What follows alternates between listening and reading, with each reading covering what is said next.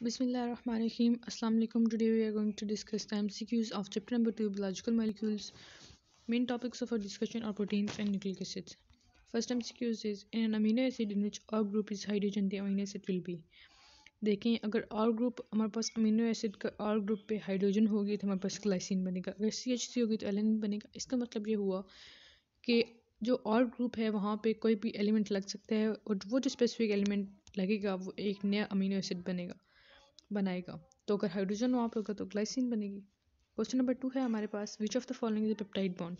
देखिए जो कार्बन और नाइट्रोजन के दरमियान बॉन्ड लिंकेज जिसको हम लोग पेप्टाइड बॉन्ड कहते हैं, और ये अमीनो एसिड की बैकबोन है। एक अमीनो एसिड जब OH देता है और दूसरा अमीनो एसिड जब H देता है तो एक वाटर मॉलिक्यूल रिलीज होता है, और इस वाटर मॉलिक्यूल के रिलीज होने के नतीजे में हमारे पास कार्बन और नाइट्रोजन आपस में लिंक होते हैं और इस लिंकेज को हम लोग पेप्टाइड लिंकेज कहते हैं। क्वेश्चन नंबर 3 है amino acid in which the R group is hydrogen.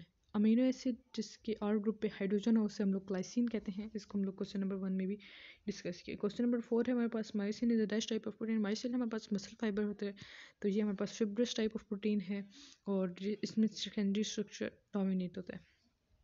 Question number 5 है secondary structure of protein is found in. देखें सेकेंडरी स्ट्रक्चर ऑफ प्रोटीन हमारे पास केराटिन में प्रेजेंट होता है। केराटिन हमारे पास नेल्स और हमारे हेयर्स में फिब्रस प्रोटीन है, तो इसलिए फिब्रस प्रोटीन में सेकेंडरी स्ट्रक्चर ऑफ प्रोटीन होता है, इसलिए केराटिन हमारे पास secondary structure of protein present होगा। क्वेश्चन नंबर 6 है waxes are formed by combination of fatty acids with alcohol. देखिए इसमें ना सिर्फ अल्कोहल होता है बल्कि इसमें लॉन्ग चेन ईस्टर्स भी होते हैं और भी बहुत सारे कंपोनेंट्स और कंपाउंड्स होते हैं। तो वैक्सेस हमारे पास वाइड स्प्रेड हैं as protective layers on leaves and insects, तो इसका करेक्ट ऑप्शन हुआ अल्कोहल। क्वेश्चन नंबर 7 है the number of amino acids that have been found to occur in cells and tissues are। देखिए total number of amino acids that occur in cells and tissues are 170। Correct option हुआ A 170। Question number 8 है most of proteins are made up of type of amino acids.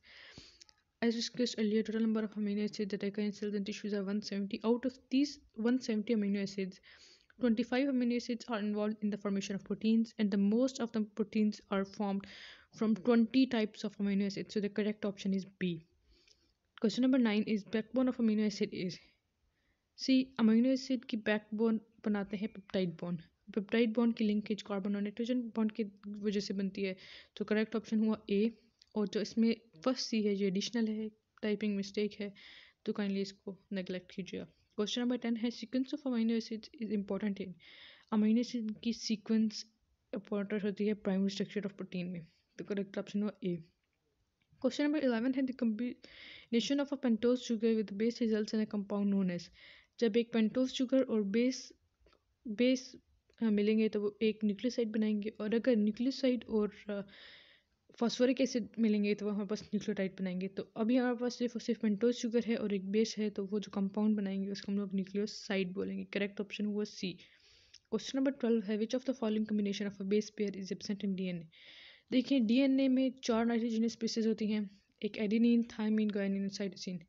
इनके इसी तरह adenine और thiamine के दरमियान base pair बनता है और साइटोसिन और गुआनिन के दरमियान बेस पेयर बनता है। तो इसमें जो एडेनिन और यूरेसिल है ये हमारे पास ऑड पेयर है, तो क्योंकि यूरेसिल DNA में एब्सेंट होता है तो हमारे पास बी ऑप्शन करेक्ट हुआ। क्वेश्चन नंबर 13 है which of the following is a purine. देखें हमारे पास नाइट्रोजनस बेसिस 2 टाइप्स की होती हैं, एक प्योरीन्स और दूसरी पायरिमिडीन्स। प्योरीन्स होती हैं डबल लिंक नाइट्रोजनस बेस और पायरिमिडीन्स होती हैं सिंगल लिंक नाइट्रोजनस बेस। जो यूरेसिल, साइटोसिन और थायमिन है ये हमारे पास पायरिमिडीन्स है, सिंगल लिंक्ड है, और गायनिन और एडेनिन हमारे पास प्योरीन्स है, तो करेक्ट ऑप्शन हुआ डी। क्वेश्चन नंबर 14 है if the genetic code is made up of 3 nucleotides the total possible genetic codes will be.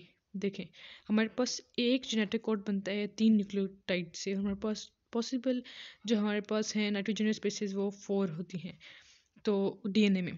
तो जब 4 को हम लोग 4 का 3 टाइम्स मल्टीप्लाई करेंगे, 4 4 या 16 एंड 16 4 या 64, तो करेक्ट ऑप्शन हुआ बी 64। क्वेश्चन नंबर 15 है in translation the terminating codon is. Translation है तो टर्मिनेटिंग कोडोन हमारे पास सी है, ऑप्शन कहता है UAA। क्वेश्चन 16 है number of base pairs in one turn off DNA is.